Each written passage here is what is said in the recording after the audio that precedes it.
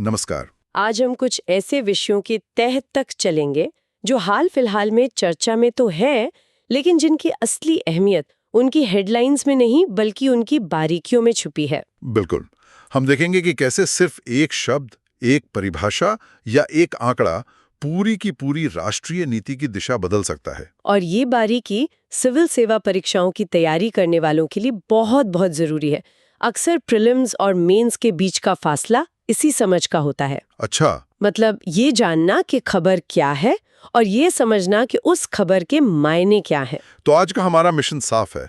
हम पर्यावरण, उद्योग, अर्थव्यवस्था, इन सब से जुड़े कुछ स्रोतों को खंगालेंगे और ये समझने की कोशिश करेंगे कि कैसे शब्द असल में जमीन पर हकीकत गढ़ते हैं। हाँ, चलिए, इसकी शुरुआत एक ऐसे मामले से करते हैं जो सीधे तौर पर एक परिभाषा पर टिका है और जिसका असर हजारों वर्ग किलोमीटर के इकोसिस्टम पर पड़ सकता है। बात हो रही है अरावली पर्वत श्रृंखला की। ये मामला नीति निर्माण की प्रक्रिया को समझने के लिए एक बेहतरीन केस स्टडी है। हुआ यह है कि केंद्रीय पर्यावरण मंत्रालय ने सुप्रीम कोर्ट के सामने अरावली की एक नई परिभाषा रखी है। और जहां तक मुझे याद है, पहले अरावली को लेकर परिभाषा उतनी साफ नहीं थी, जिस कारण बहुत भ्रम रहता था। तो इस नई परिभाषा में क्या खास है? खास है एक आंकड़ा 100 मीटर। 100 मीटर? हाँ, नई परिभाषा के मुताबिक सिर्फ उन्हीं पहाड़ियों को अरावली का हिस्सा माना जाएगा जो अपने आसपास की समतल जमीन से कम 100 मीटर ऊंची हो। अच्छा। इससे नीचे के किसी भी पहाड़ी को तकनीकी तौर पर अरावली नहीं माना जाएगा। एक मिनट, ये सुनने में तो एक सामान्य, मतलब एक टेक्निकल क्लासिफिकेशन लगता है, लेकिन इसका असल मतलब क्या हुआ? 100 मीटर की एक लाइन खींचने से क्या बदल जाएगा? बहुत कुछ बदल जाएगा। यहीं पर भारतीय वन सर्वेक्षण यानी FSI की रिपोर्ट तस्वीर को साफ करती है। क्या कहती है वो रिपोर्ट? उनके विश्लेषण के मुताबिक अरावली की 12,000 से ज्यादा पहाड़ियों में से सिर्फ 8.7% ही इस 100 मीटर की शर्त को पूरा करती हैं। क्या? सिर्फ 8.7%? जी हाँ। इसका मतलब तो ये हुआ कि लगभग 91-92% पहाड़ियां जो अब तक अरावली का हिस्सा मानी जाती थीं, वो एक झटके में उस परिभाषा से बाहर हो गई। बिल्कुल। और परिभाषा से बाहर होने का मतलब है संरक्षण के दायरे से बाहर होना। सही बात है। अरावली को दिल्ली NCR का ग्रीन शील्ड या हरा कवच कहा जाता है। ये थार के मरुस्थल को आगे बढ़ने से रोकती है, भूजल को रिचार्ज करती है।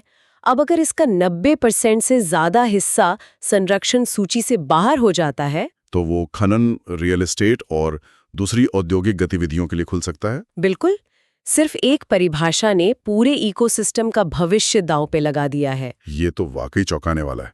अगर मैं एक मेंस का उत्तर लिख रहा हूं, तो इस विकास बनाम पर्यावरण की बहस में सरकार का पक्ष क्या हो सकता है? मतलब वे 100 मीटर के तर्क को कैसे सही ठहरा सकते हैं? छोटी पहाड़ियों को संरक्षित करने से आर्थिक गतिविधियां रुक जाती हैं। मतलब इसे रेगुलेटेड डेवलपमेंट का नाम दे सकते हैं। हाँ, कुछ ऐसा ही। एक अच्छे उत्तर में दोनों पक्षों को दिखाना जरूरी है, लेकिन साथ ही FSI के आंकड़ों का हवाला देते हुए ये भी बताना होगा कि इस परिभाषा के पारिस्थितिकी परिणाम कितने गंभीर हो सकते हैं। और प्रीलिम्स के लिए तो ये 100 मीटर का आंकड़ा और FSI की रिपोर्ट का लगभग 90% वाला नतीजा, ये दोनों सीधे सीधे सवाल बन सकते हैं। निश्चित रूप से। ये एक क्लासिक फैक्ट बेस्ड सवाल है जो उम्मीदवारों की करंट अफेयर्स पर पैनी नजर को परखता है। तो यहाँ हमने देखा कि कैसे एक परिभाषा प्राकृतिक संसाधनों के भविष्य को तय कर रही है। अब एक ऐसे क्षेत्र की ओर बढ़ते हैं जहां सरकार कुछ खास संसाधनों को बनाने पर जोर दे रही है ताकि भविष्य में किसी और देश की परिभाषा या शर्तों पर न चलना पड़े। हाँ, बात हो रही है रेयर अर्थ मैग्नेट की। ये अरावली वाले मुद्दे से बिल्कुल जुड़ा हुआ है। एक तरफ हम प्राकृतिक संसाधनों के संरक्षण की चुनौती देख रहे हैं, तो दूसरी तरफ रणनीतिक संसाधनों के निर्माण की जरूरत को समझ रहे हैं। अच्छा। हाल ही में कैबिनेट ने scheme to promote manufacturing of sintered rare earth permanent magnets को मंजूरी दी है। ये नाम सुनने में बड़ा भारी भरकम लगता है। आसान शब्दों में ये रेयर अर्थ परमानेंट मैग्नेट हैं क्या और इतने जरूरी क्यों हैं? देखिए, ये कोई साधारण चुंबक नहीं है। ये बहुत शक्तिशाली होते हैं और उच्च तापमान पर भी अपनी चुंबकीय शक्ति नहीं खोते। अच्छा। इसी वजह से ये आज की एडवांस टेक्नोलॉजी की रीढ़ है। आपके इलेक्ट्रिक वाहन, smartphone, laptop, missile defence system, satellite, aerospace, हर जगह इनकी जरूरत है। मतलब इनके बिना आज की डिजिटल और ग्रीन इकोनॉमी की कल्पना नहीं की जा सकती। बिल्कुल नहीं। तो सरकार की इस नई योजना का लक्ष्य क्या है? स्रोत बताते हैं कि लक्ष्य है भारत में हर साल 1000 मीट्रिक टन ऐसे मैग्नेट बनाने की क्षमता स्थापित करना। 1000 मीट्रिक टन? जी, लेकिन यहाँ लक्ष्य से ज्यादा जरूरी है लक्ष्य के पीछे का कारण। और वो है आत्मनिर्भरता। आत्मनिर्भरता और उससे भी बढ़कर रणनीतिक स्वायत्तता। स्रोत में एक आंकड़ा दिया गया है कि भारत ने 53,000 किलोग्राम से ज्यादा रेयर अर्थ मैग्नेट आयात किए। 53,000 किलोग्राम? हाँ, और इसका एक बहुत बड़ा हिस्सा चीन से आया। आज दुनिया में रेयर अर्थ के खनन से लेकर मैग्नेट बनाने तक पूरी सप्लाई चेन पर चीन का दबदबा है। तो ये सिर्फ एक आर्थिक नीति नहीं है, ये तो एक भूराजनीतिक कदम भी हुआ। अगर कल को किसी भी वजह से चीन ने सप्लाई रोक दी तो हमारे कई महत्वपूर्ण सेक्टर ठप पड़ सकते हैं। बिल्कुल। इसी को तो कहते हैं सप्लाई चेन वल्नरेबिलिटी, जिस पर मेंस में अक्सर सवाल आता है। ये योजना सीधे तौर पर उस जोखिम को कम करने की कोशिश है। ये आत्मनिर्भर भारत और मेक इन इंडिया जैसे अभियानों का एक ठोस उदाहरण भी है। सही बात है। जब आप जीएस पेपर 3 में औद्योगिकरण या सप्लाई चेन सुरक्षा पर लिखें तो इस योजना का जिक्र आपके उत्तर को बहुत वजन देगा। और प्रीलिम्स के लिहाज से 1000 MTPA का लक्ष्य और इन मैग्नेट के उपयोग वाले क्षेत्र जैसे इलेक्ट्रिक वाहन और रक्षा, ये महत्वपूर्ण तथ्य हो सकते हैं। हाँ, और ये भी पूछा जा सकता है कि ये किस प्रकार के मैग्नेट हैं। Sintered rare earth permanent magnet, विकल्पों में फंसाने के लिए दूसरे तरह के मैग्नेट का नाम दिया जा सकता है। तो पहले हमने एक परिभाषा की ताकत देखी और अब एक निर्भरता को कम करने की रणनीति। चलिए अब अर्थव्यवस्था के एक ऐसे ही शब्द पर आते हैं जिसने हाल ही में भारत की आर्थिक पहचान को एक नया नाम दिया है। अंतर्राष्ट्रीय मुद्रा कोष IMF की बात कर रहे हैं आप? जी, IMF ने भारत की विनिमय दर व्यवस्था को एक नया तमगा दिया है। हाँ, और ये शब्द है क्रॉल लाइक अरेंजमेंट। पहले भारत की व्यवस्था को स्टेबलाइज्ड अरेंजमेंट की श्रेणी में रखा जाता था। क्रॉल लाइक अरेंजमेंट, इसका मतलब क्या है? क्या हमारा रुपया रेंग रहा है? कह सकते हैं, लेकिन बहुत नियंत्रित तरीके से। देखिए, IMF इस नतीजे पर इसलिए पहुंचा क्योंकि उसने पाया कि भारतीय रुपया अमेरिकी डॉलर के मुकाबले एक बहुत ही संकरे 2% के दायरे में घूम रहा था। तो इसका मतलब ये हुआ कि रुपये की कीमत पूरी तरह बाजार तय नहीं कर रहा है। एकदम सही। यह इस बात का साफ संकेत है कि रिजर्व बैंक ऑफ इंडिया यानी RBI सक्रिय रूप से बाजार में हस्तक्षेप कर रहा है। अच्छा। जब रुपया बहुत ज्यादा मजबूत होने लगता है तो RBI डॉलर खरीदकर उसे थोड़ा कमजोर करता है, और जब बहुत ज्यादा कमजोर होने लगता है तो डॉलर बेचकर उसे संभालता है। इसे मैनेज्ड फ्लोटिंग भी कहते हैं शायद। हाँ, बिल्कुल। क्रॉल लाइक का मतलब है कि ये धीरे धीरे एक नियंत्रित दायरे में ऊपर या नीचे जा रहा है, अचानक से उछल कूद नहीं कर रहा। लेकिन इसके फायदे और नुकसान क्या हैं? RBI ऐसा क्यों करना चाहेगा? फायदा यह है कि इससे आयातकों और निर्यातकों को एक तरह की स्थिरता मिलती है। उन्हें पता होता है कि विनिमय दर में बहुत ज्यादा उतार चढ़ाव नहीं आएगा, जिससे वे अपने व्यापार की योजना बेहतर तरीके से बना सकते हैं। बिल्कुल, और ये देश में आर्थिक स्थिरता बनाए रखने में भी मदद करता है। और नुकसान? क्या कुछ लोग इसकी आलोचना नहीं करते? जरूर करते हैं। आलोचना ये होती है कि ये मुक्त बाजार के सिद्धांतों के खिलाफ है। कुछ विश्लेषकों का मानना है कि इससे मुद्रा का सही मूल्य पता नहीं चल पाता। और कभी-कभी इस पर करेंसी मैनिपुलेटर यानी मुद्रा के साथ छेड़छाड़ करने का आरोप भी लग सकता है। हाँ, लग सकता है। हालांकि भारत के मामले में IMF ने ऐसा नहीं कहा है। तो मेंस के लिए RBI की मौद्रिक नीति में स्थिरता और बाजार की स्वतंत्रता के बीच संतुलन साधने का एक बेहतरीन उदाहरण है। समझ गया। तो प्रीलिम्स के लिए सीधा सवाल हो सकता है कि IMF ने नया वर्गीकरण क्या दिया है, और मेंस के लिए ये पूरी बहस कि RBI ऐसा क्यों करता है। सही। एक और शब्द, एक और परिभाषा जो पूरी आर्थिक रणनीति की कहानी कहती है। इसी कड़ी में अब शिक्षा जगत के एक बड़े सुधार की बात करते हैं, भारतीय उच्च शिक्षा परिषद HECI विधेयक। ये राष्ट्रीय शिक्षा नीति 2020 के सबसे बड़े प्रस्तावों में से एक है। इसका मकसद है उच्च शिक्षा के क्षेत्र में बिखरे हुए कई नियामकों को एक साथ लाना। हाँ, मैंने पढ़ा है कि इसमें UGC, AICTE और NCTE यानी university grants commission, all India council for technical education और national council for teacher education, इन तीनों का विलय करके एक सिंगल रेगुलेटर बनाया जाएगा। जी। ये तो प्रशासन को सुव्यवस्थित करने जैसा लगता है। ऊपरी तौर पर तो यही लगता है, वन नेशन वन रेगुलेटर जैसा एक अच्छा विचार। लेकिन जैसा कि हम आज बार बार देख रहे हैं, असली कहानी बारीकियों में है। अच्छा। स्रोत के मुताबिक इस विधेयक में एक बहुत बड़ा पेच है। वो क्या है? HSCI को नियम बनाने, मानक तय करने और संस्थानों को मान्यता देने का अधिकार तो होगा, लेकिन उसे वित्तीय अनुदान यानी फंड देने की शक्ति नहीं दी जाएगी। ये तो अजीब बात है।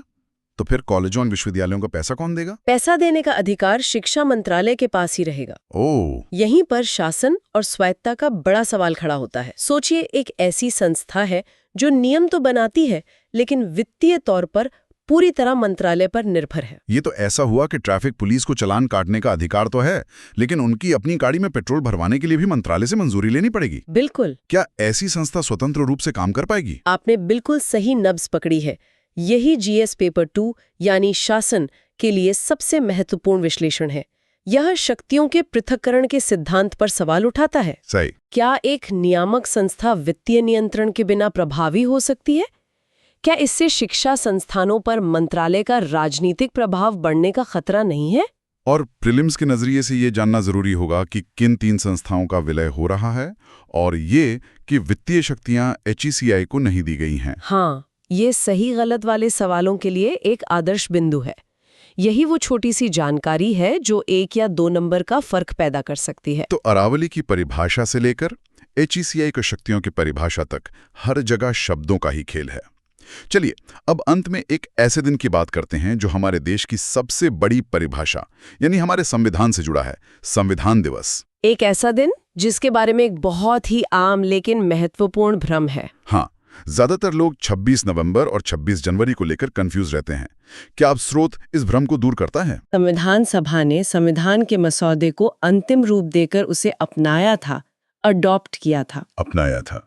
उस दिन संविधान सभा के अध्यक्ष ने उस पर हस्ताक्षर किए और उसे देश को समर्पित किया। तो फिर 26 जनवरी 1950 को क्या हुआ? उस दिन को हम गणतंत्र दिवस के रूप में क्यों मनाते हैं? 26 जनवरी 1950 को संविधान पूरी तरह से लागू किया गया, इन्फोर्स किया गया और भारत एक संप्रभु गणराज्य बना। अच्छा। अपनाना एक प्रक्रिया का अंत था और लागू करना एक नए युग की शुरुआत। इन दोनों तारीखों के बीच लगभग 2 महीने का अंतर था। और इस 2 महीने के गैप के पीछे भी कोई ऐतिहासिक वजह थी? 26 जनवरी की तारीख ही क्यों चुनी गई? हाँ, इसके पीछे एक गहरा ऐतिहासिक संदर्भ है। 26 जनवरी 1930 को भारतीय राष्ट्रीय कांग्रेस ने लाहौर अधिवेशन में पूर्ण स्वराज का प्रस्ताव पारित किया था। और पहली बार भारत का झंडा फहराया था। बिल्कुल। उसी ऐतिहासिक दिन की याद में संविधान को लागू करने के लिए 26 जनवरी की तारीख चुनी गई। ये एक फैसिनेटिंग डिटेल है। अच्छा, तो 26 नवंबर को संविधान दिवस के रूप में मनाने की शुरुआत कब हुई? ये हमेशा से तो नहीं था? नहीं, ये एक हालिया फैसला है।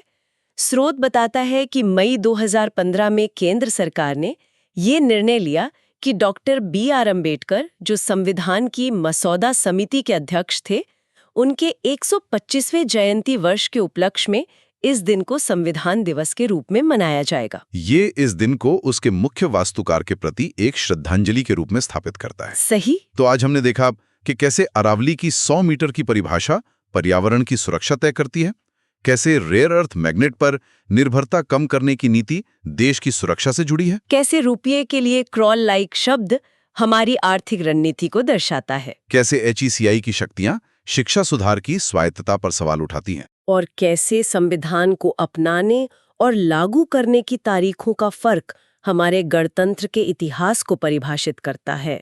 इन सभी मुद्दों का सार यही है कि एक सिविल सेवा के उम्मीदवार को सिर्फ खबरों की सतह पर तैरना नहीं है, बल्कि उसके पीछे की मंशा, उसके शब्दों के चयन और उसके दूरगामी परिणामों को समझने की गहराई तक गोता लगाना होगा। क्यों और कैसे हमेशा क्या से ज्यादा महत्वपूर्ण होते हैं, खासकर मेंस की परीक्षा में। बिल्कुल, विवरणी सब कुछ है।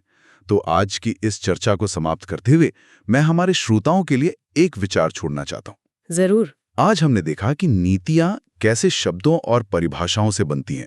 तो सोचने वाली बात यह है, जब एक नीति जमीन पर विफल होती है तो क्या हमें हमेशा उसके कार्यान्वयन या अधिकारियों को दोष देना चाहिए, या फिर हमें वापस जाकर उस मूल दस्तावेज को देखना चाहिए और पूछना चाहिए कि क्या समस्या उस नीति की भाषा में ही तो नहीं छिपी की?